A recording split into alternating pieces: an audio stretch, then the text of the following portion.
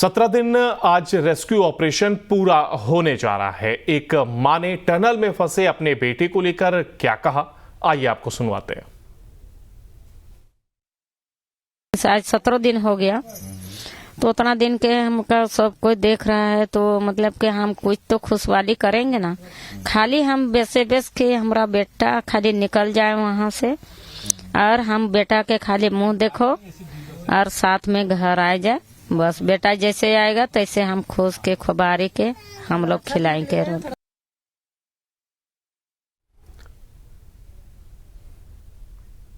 तो 17 दिन बाद जिंदगी जिंदाबाद, ये इसलिए क्योंकि कुछ ही देर में ये रेस्क्यू ऑपरेशन खत्म हो सकता है और ऐसे में मजदूरों को निकालने का सिलसिला शुरू हो जाएगा और इसी को लेकर के तमाम कवायद की जा रही है।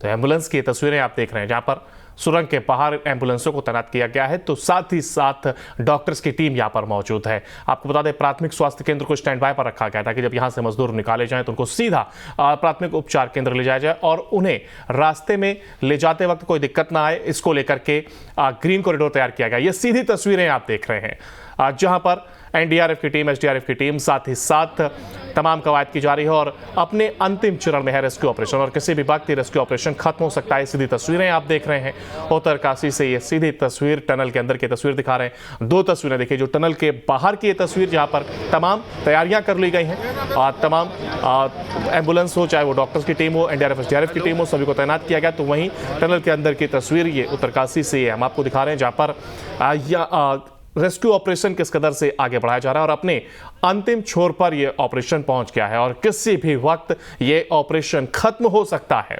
और ये तस्वीरें आप देख रहे हैं किस तरीके से यहां पर लोग लगे हुए हैं और लगातार यह सुनिश्चित किया जा रहा है कि सभी मजदूरों को सुरक्षित बाहर लाया जाए और इसी को लेकर के तमाम कवायद की गई।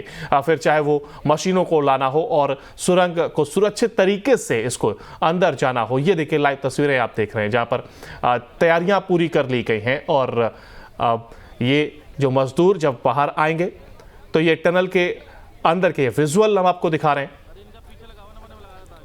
किस तरीके से यहां पर जब मजदूर बाहर आए तो उनको यहां पर आराम करने के लिए लिटाया जा सकता है और इसको लेकर के तमाम तैयारियां यहां पर की गई, यानी कि आपात स्थिति से निपटने के लिए जो भी सहूलियतें हो सकती हैं, जो भी मजदूरों को मुहैया कराया जा सकता है, वो तमाम तैयारियां यहां पर अब कर ली गई हैं। और यही वजह है कि अब कहीं ना कहीं जो मजदूरों के परिजन हैं उनमें भी कहीं ना कहीं एक उत्सुकता बनी हुई है और सभी को इंतजार है इन मजदूरों के बाहर आने का। ये तस्वीरें आप देख रहे हैं, जहां पर एक और तैयारियां पूरी की गई हैं, तो वहीं दूसरी ओर टनल के अंदर की ये तस्वीर जहां पर लगातार रेस्क्यू ऑपरेशन और इसमें तैनात जो टीमें हैं वो लगातार अपने काम को आगे बढ़ा रही हैं और वो अब अपने काम के अंतिम छोर तक पहुंच गई हैं। और टनल के बाहर की अगर बात करें तो प्रशासन यहां पर तैनात है, एम्बुलेंस तैनात है, ग्रीन कॉरिडोर को बनाया गया है, स्टैंड बाय पे हेलीकॉप्टर को रखा गया है, यानी कि तमाम जो तैयारियां हैं उनको पुख्ता कर लिया गया है और किसी प्रकार की कोई दिक्कत सामने ना आए इसको सुनिश्चित किया जा रहा है। और इसी के चलते ग्रीन कॉरिडोर को भी बनाया गया ताकि सीधे मजदूरों को एम्बुलेंस के माध्यम से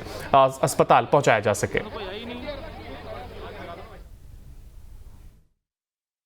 इस तरह से इस पूरे मिशन को अंजाम दिया जा रहा है। तमाम विकल्पों पर चर्चा चल रही थी कि तमाम विकल्प जो है खोल दिए गए हैं। उसमें एक विकल्प था जिसमें वर्टिकल ड्रिलिंग की जानी थी। वर्टिकल ड्रिलिंग नवयुगा कर रहा था और अब जो है उसे रोक दिया गया है। सर, क्या स्थिति है? जिस तरह से वर्टिकल ड्रिल की बात की जा रही थी, एक बेहतर ऑप्शन माना जाता है कि आप ऊपर से जाकर के नीचे तक ड्रिल करके चले जाए। वर्टिकल ड्रिलिंग जो है वो एक बेहतर ऑप्शन बन भी सकता है और that operation can go south also, क्योंकि अगर ऊपर से अगर कोई पानी का अगर कोई पॉकेट मिल जाती है तो पानी की पॉकेट मिलते ही वो सारा का सारा पानी अंदर नीचे जा सकता था।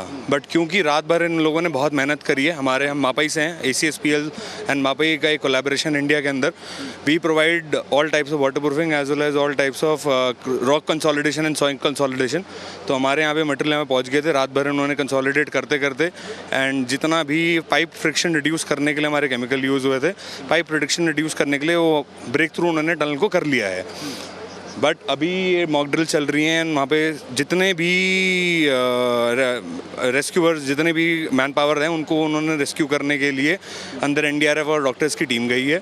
कुछ शायद से सुनने में आ रहा है कि यहाँ पे लेवल का डिफरेंस है, क्योंकि यहाँ पे टनल और बाहर बारकोट की तरफ की टनल के अंदर लेवल का डिफरेंस है, तो वहाँ पे ग्राम बना के उनको बाहर लेके आएंगे। अच्छा, ये जो वर्टिकल ड्रिल की शुरुआत की गई, माना है क्या कि अगर इससे सफल नहीं होंगे तो वर्टिकल ड्रिल से सफल हो जाएंगे? वर्टिकल ड्रिल से अगर होता तो उन्होंने 900 mm की डाया की पाइप जो थी वर्टिकल ड्रिल के साथ में इनकेसिंग करते करते नीचे जा रहे थे, वो शॉर्टकट लाइनिंग तक जैसे ही पहुंच जाते, शॉर्टकट लाइनिंग को ऑगर के थ्रू से ड्रिल करने के बाद में उनको फिर पुली और रेस्क्यूइंग एजेंसीज के थ्रू में उनको बुलाया जाता। मुझे एक बात बताइए, आप लोग तो टनल एक्सपर्ट हैं एक तरह से और रेस्क्यू ऑपरेशन में बड़ी योगदान आपका रहता है, आप इस पूरे इंसिडेंट से क्या सीख मिलती है?